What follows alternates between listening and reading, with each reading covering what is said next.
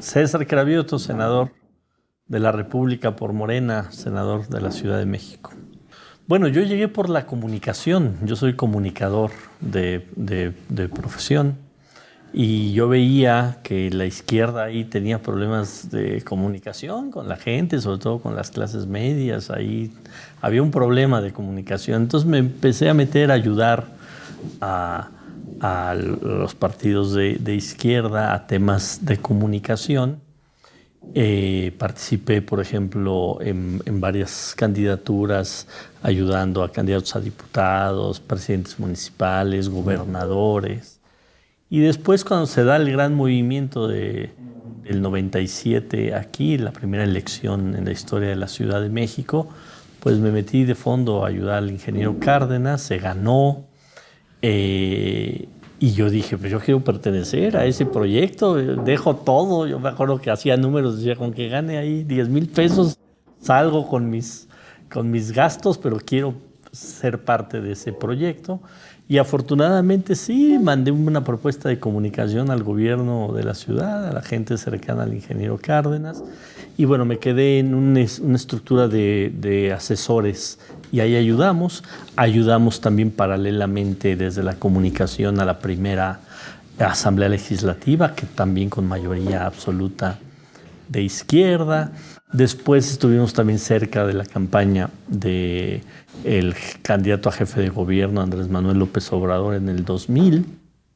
Pero siempre ahí como medio de asesor, o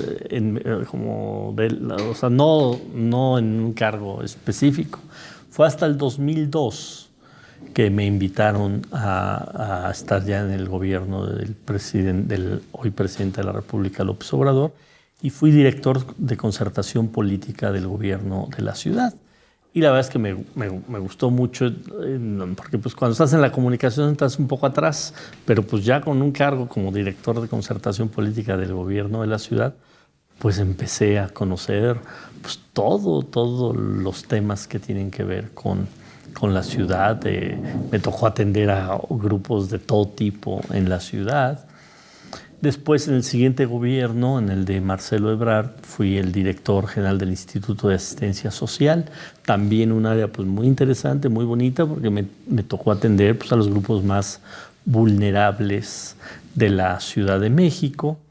Y después de que se da el inicio de Morena, pues nosotros decidimos desde el inicio meternos a la construcción de Morena. Me acuerdo que fui pues el delegado que sacó la primera asamblea constitutiva de Morena en Tlaxcala. Me mandaron para allá en Tlaxcala.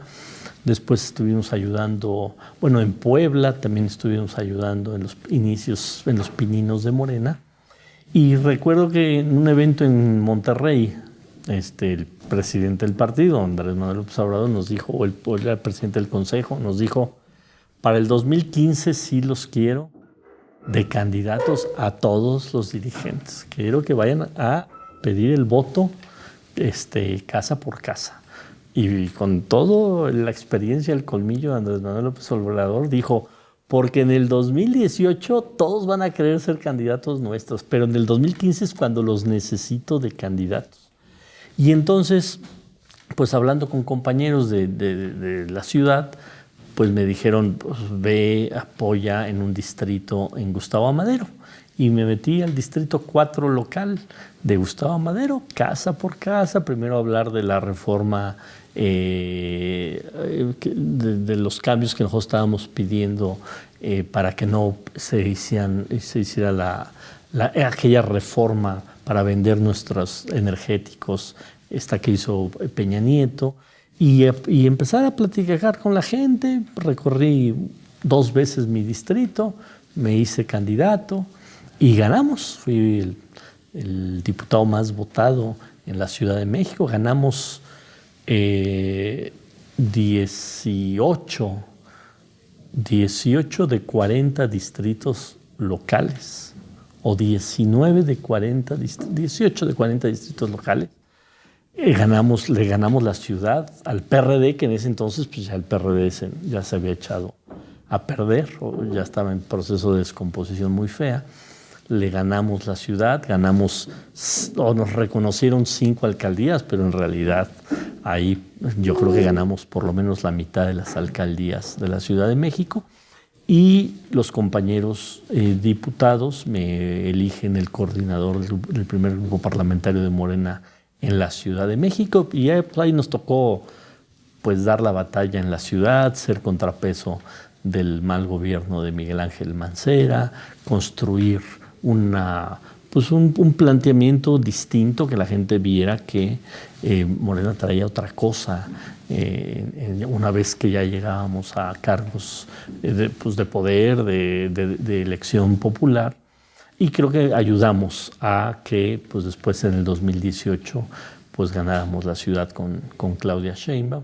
Y bueno, en todo ese proceso de 2015-2018 pues estaba más fuera de la ciudad que en la ciudad, porque Andrés Manuel López Obrador nos empezó a dar encomiendas, ¿no? Antes de que tomara posición como diputado, pues el otro día me salió en mi Face, ya teníamos eventos en Oaxaca, porque al año siguiente era la elección en Oaxaca. Entonces ahí tengo recuerdos en Face, cómo antes de tomar protesta como diputado, ya era el delegado político de Morena en Oaxaca, y recorrí todos los municipios de Oaxaca con el hoy gobernador Salomón Jara, que en el 2016 fue nuestro candidato a gobernador. Después nos fuimos a Coahuila, también en la primera elección, ahí con Guadiana, que hoy es otra vez nuestro candidato a gobernador, pues recorrí todo Coahuila. Y después en el 2018, por ahí principios, el propio Andrés Manuel López Obrador me dice: ¿qué vas a hacer? ¿Te vas de candidato a diputado federal o qué haces? Y le dije: yo soy del movimiento, en lo que te pueda ayudar. Si te ayudo de candidato, pues me voy a un distrito, y si te ayudo en otro lado, tú me dices. Y yo, lo importante es que te ayudemos a que seas presidente de la República. Y me dijo: bueno, si me la pones así, vete a Nuevo León. Y me fui a Nuevo León. Entonces estuve apoyando en Nuevo León, y la candidata a jefa de gobierno, Claudia Sheinbaum, me pide que sea su vocero de su campaña. Entonces estaba entre Nuevo León ayudando a Andrés Manuel López Obrador y de vocero de la campaña de Claudia, y en el war room de Claudia Sheinbaum para la elección, y pues de coordinador de los diputados. O sea, en 3 pistas andábamos. Y bueno, pues afortunadamente se ganó el país, se ganó la ciudad. Y Claudia me invita, bueno, también el presidente me había considerado para estar en su gobierno, pero bueno, por asuntos hasta familiares decidí quedarme en la ciudad, y fui el comisionado para la reconstrucción de la Ciudad de México los primeros 2 años y medio en el gobierno de Claudia Sheinbaum. Y después Martí Batres, porque fuimos en fórmula al Senado, Martí y yo. Martí se va de secretario de gobierno a la ciudad, y pues yo me voy al Senado. Y entonces desde julio del 2021 estoy en el Senado de la República representando a la Ciudad de México, y bueno, combatiendo a estos impresentables de la derecha allá en el Senado de la República. Más o menos ese es, a grandes rasgos, parte de mi historia pues en la política y en el servicio público. Sin duda alguna, la agenda fundamental de los legisladores federales debe de ser acompañar la transformación del país, y eso es lo que hemos hecho, y yo en particular he hecho. Yo llego al Senado en un momento muy interesante, porque justamente empieza a debatirse la reforma para instrumentar la revocación de mandato. Y entonces me meto a ese tema, presento una iniciativa con varios compañeros senadoras y senadores, se hace una buena iniciativa, y me toca pues, la negociación con los otros grupos parlamentarios. Salió la reforma de la revocación de mandato, de la ley que instrumentaba la revocación de mandato, con 101 votos a favor, solo 2 en contra. Y pues me tocó meterme también, pues empecé los primeros 4 meses de senador, recorrí 21 estados, pues ya andaba yo en ese ritmo y la verdad es que en la reconstrucción pues hice poca política porque es un tema muy complejo, me tuve que meter de lleno al tema de la reconstrucción, entonces me había abstraído de hacer política, pero entonces llego al Senado y dije, ahora es cuando tengo que regresar a hacer política y recorrí 21 estados en 4 meses hablando de la revocación del mandato. Y entonces ahí entendí que al fin de cuentas el Senado es un espacio más pues, para el debate político y para ir posicionando los temas de la agenda pues, de la transformación. Y nos debe de quedar claro que todos los legisladores de este país que estamos para respaldar el proyecto que encabeza Andrés Manuel López Obrador, punto. Aunque nosotros traigamos agendas particulares, lo fundamental es respaldar el proyecto de transformación del país. Me acuerdo que tuve una charla con los primeros semanas ya en el Senado con Ricardo Monreal, que es el coordinador en el Senado, y le dije, oye Ricardo, pues yo veo que aquí en el Senado hay mucha cortesía política. Yo veo cómo nos pegan los del PAN, los del PRI, y no les contestamos. Le dije, yo le voy a subir un poco el tono, ¿eh? Me dijo, sí, tú súbele el tono. Pues, sí, entonces yo, pues empecé a subir el tono y a contestarles, porque pues no se valía que ellos todo el tiempo denostando, pegándole a nuestro gobierno y nosotros, pues como somos mayoría y para buscar ahí acuerdos, pues nos quedáramos callados. Entonces, pues le empecé a subir el tono y yo veía que los compañeros senadores, senadoras empezaban a sonreír, decían, entonces le puede subir el tono. Y bueno, pues ahora creo que muchos ya le subimos el tono en el Senado y no permitimos que se vayan, pues como si tuvieran la verdad absoluta y como si tuvieran calidad moral y política para andarnos diciendo cómo gobernar este país cuando ellos hicieron un desastre en sus gobiernos. La derecha le habla a su electorado. O sea, yo les digo, muchas veces les he dicho en tribuna, es que ustedes hacen sus discursos aquí en la tribuna para el Twitter, para el Face, para ganar likes, para ganar me gusta en el Face, para ganar likes en el Twitter. No gobiernan para la gente. Y bueno, pues cada quien está en su estrategia, pues ellos que sigan en su estrategia, ganando seguidores en las redes sociales y ganando tweets, y nosotros ganando elecciones, porque nosotros sí estamos gobernando y nosotros sí estamos legislando para la gente. O sea, por ejemplo, esto de la reforma, desde la eléctrica, pues estaban las encuestas donde el 60, 65, 70% de la gente quería la reforma. Y ellos militan contra la reforma.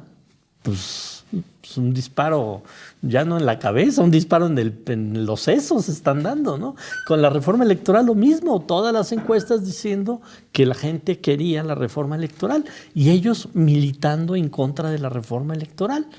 Y entonces cuando se da el debate de la eléctrica, que les dijimos en tribuna, bueno, ustedes tienen los votos para que no pase la constitucional de la eléctrica, pero vamos a ver cómo nos va en la elección del 2022. ¿Y qué se sucedió en la elección del 2022?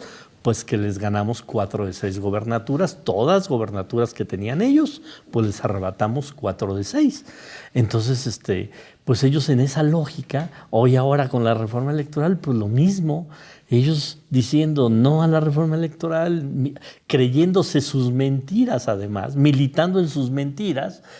Pero pues nosotros, bueno, pues nos vamos a ver en el 23 en el Estado de México y en Coahuila, pues para ver dónde está la realidad del humor de la sociedad mexicana. Primero decir que solo fue que se desechara el artículo 12, este artículo muy controvertido que era lo que le llamaban transferencia de votos, que pues simplemente era la posibilidad de hacer una coalición, una candidatura común, y que en el proyecto de coalición, de candidatura común, se pudiera estipular qué porcentaje de los votos iba para cada partido. Bueno, se bajó eso porque hubo mucha controversia, se bajó. Pero todo lo demás de la reforma ya estaba aprobado. O sea, ayer no aprobamos nada, solo desechamos ese artículo y lo mandamos a promulgar al titular del Ejecutivo. es parte de las mentiras de ellos. Es que ellos, insisto, dicen muchas mentiras, militan en sus mentiras y pues a un sector de la población pues sí lo confunden, pero a la mayoría de la población no lo confunden. Primera mentira. Dicen, es una reforma para destazar al INE. Primero, no es una reforma al INE, fue una reforma electoral con más de 400 artículos, donde una parte tiene que ver con el INE, pero gran parte no tiene nada que ver con el INE. Entonces, por ejemplo, votamos que los mexicanos en el extranjero, que son más de 20 millones que viven en Estados Unidos, tengan alternativas de cómo votar. Hoy nada más pueden llenar su boleta y la mandan por correo. Ya no se usa el correo tradicional. Hoy estamos dándole la alternativa para que puedan votar a través de medios electrónicos. Bueno, pues que los 20 millones de mexicanos que viven en el extranjero le digan a sus familias, gracias al voto de Morena, hoy podemos votar de otra manera y van a ver cómo se va a incrementar la votación de mexicanos en el extranjero. Y eso lo votó en contra el PAN, el PRI, el PRD, Movimiento Ciudadano. Personas postradas. Hay personas que, aunque quieran votar, no pueden votar. ¿Por qué? Porque no se pueden parar de su cama. Hay millones de personas en esas condiciones y miles de familias que tienen una condición así de un familiar. ¿Qué pusimos en la ley? Que les tienen que llevar la boleta a su casa y regresarla. Bueno, el PAN, el PRI, el PRD votó en contra de darle esos derechos políticos a esas personas. Garantizamos lo que no había, porque digamos que ya era un uso y costumbre por algún lineamiento que había sacado el INE, pero no estaba en la ley que hubiera paridad de género en las candidaturas. Ellos votaron en contra, nosotros a favor. Que hubiera espacios de representación en los listados de los partidos de migrantes, afromexicanos, personas de la comunidad LGBT, jóvenes, personas con discapacidad. Todas esas minorías hoy tienen derechos electorales gracias al voto de Morena. ¿Cómo votó la derecha? En contra. Entonces, la derecha está votando en contra de los derechos de las minorías y nos vienen a decir que queremos destazar al INE. ¿Cuál es el tema del INE? Porque también, otra vez, 1000 mentiras. 2 temas fundamentales, o 3 temas. 1, estamos reduciendo el número de vocales en los soples de 5 a 3. Y por eso ya destruimos la democracia. Y por eso ya no va a haber elecciones libres en este país. Y por eso nos queremos perpetuar en el poder. De 300 órganos del INE en cada distrito, lo estamos reduciendo a 260. Y por eso ya no se pueden hacer elecciones. Ya por eso no va a haber elecciones en el 2024. O sea, son verdaderamente absurdos sus comentarios. ¿Por qué de 300 a 260? Pues sí, para ahorrar, claro que para ahorrar. Pero además, por ejemplo, aquí en la Ciudad de México, Iztapalapa tiene 4 distritos federales. Bueno, en lugar de que tengan 4 oficinas, pues en 3 oficinas atienden todo Iztapalapa. GAM tiene 3 distritos federales. Pues en lugar de que haya 3 oficinas del INE, van a ser 2. ¿No? León debe tener 5 distritos federales. Pues en lugar de que haya 5 oficinas, van a haber 4. Pues ya nomás por eso se va a acabar la democracia en este país. O sea, pura mentira. Lo que sí les dolió, lo que verdaderamente está en el fondo de su reclamo, es que les quitamos la posibilidad de tener estos fideicomisos ilegales que tenían.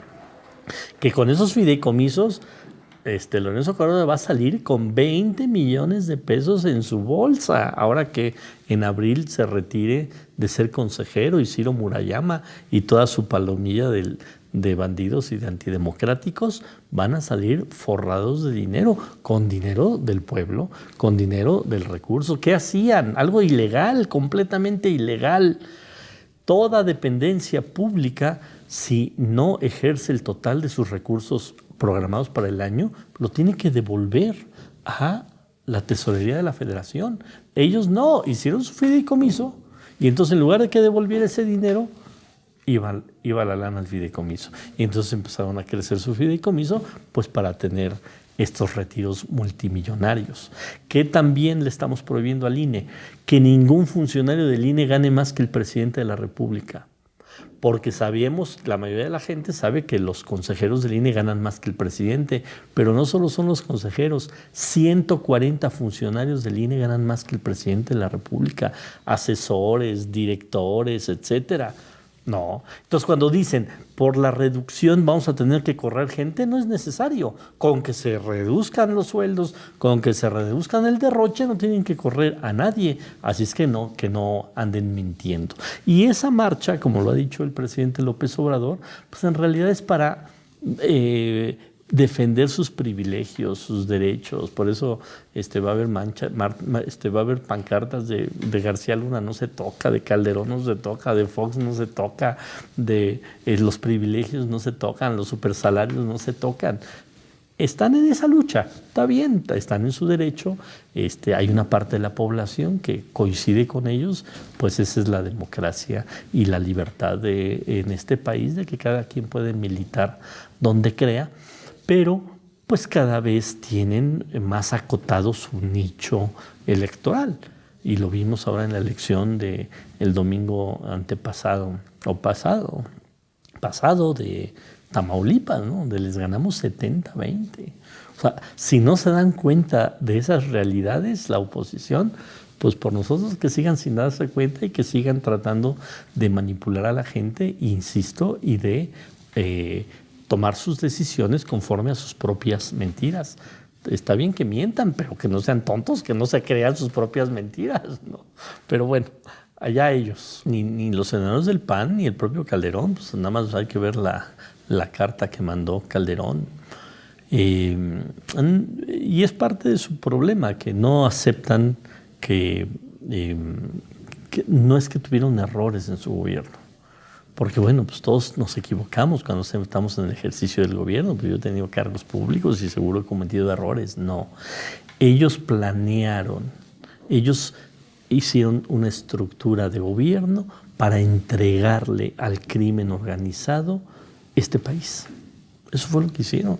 O sea, le dijeron a la gente, estamos combatiendo el crimen organizado, y por el otro lado lo que estaban haciendo era fortalecer al crimen organizado, y eso es muy delicado. O sea, eso es muy terrible, es muy triste, es devastador para un país que 12 años consecutivos la gente que tenía que estar combatiendo la delincuencia, pues estaba de socios de la delincuencia.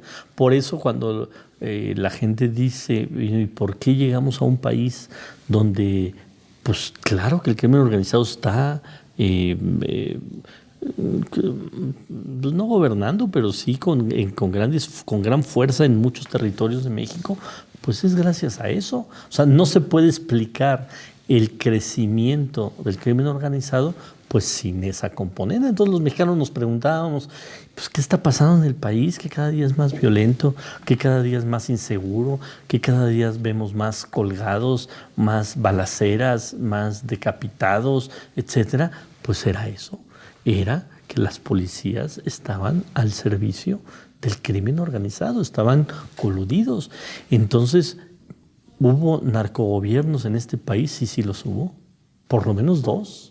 El de Fox y el de Calderón, y no tienen un gramo de decencia para pararse y decir, lo sentimos, para pararse y decir, no lo vamos a volver a hacer. No, nos vienen a decir a decir cómo gobernar estos delincuentes, porque eso es lo que son, unos delincuentes. Por eso en mi discurso, en el debate de antier en el Senado, dije, estoy muy encabronado, porque en realidad estaba muy enojado. Estaban dando la resolución en Nueva York, y Xóchitl Gálvez y Álvarez Casa, que aunque no es del PAN, sí es del PAN, pero disfrazado de sociedad civil, dándonos lecciones de que la seguridad, porque estábamos debatiendo una ley que tenía que ver con víctimas y hablando de lo terrible que está la situación de inseguridad en el país. Entonces yo los oía Y me dice una compañera senadora de Colima,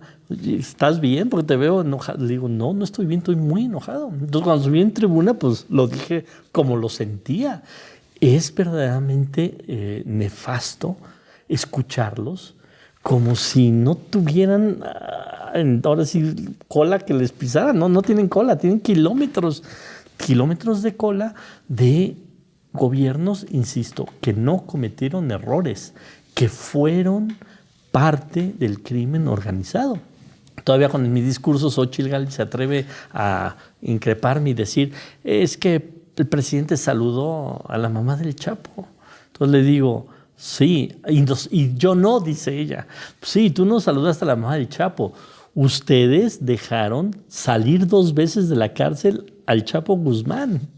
Pensamos que se había fugado, pero hoy nos damos cuenta que no se fugó, que lo dejaron salir 2 veces, no una vez, 2 veces, porque lo agarraba la Marina y ya cuando tenía las cárceles civiles, o sea, bajo las órdenes de García Luna y de Calderón, pues así como entraba, salió 2 veces.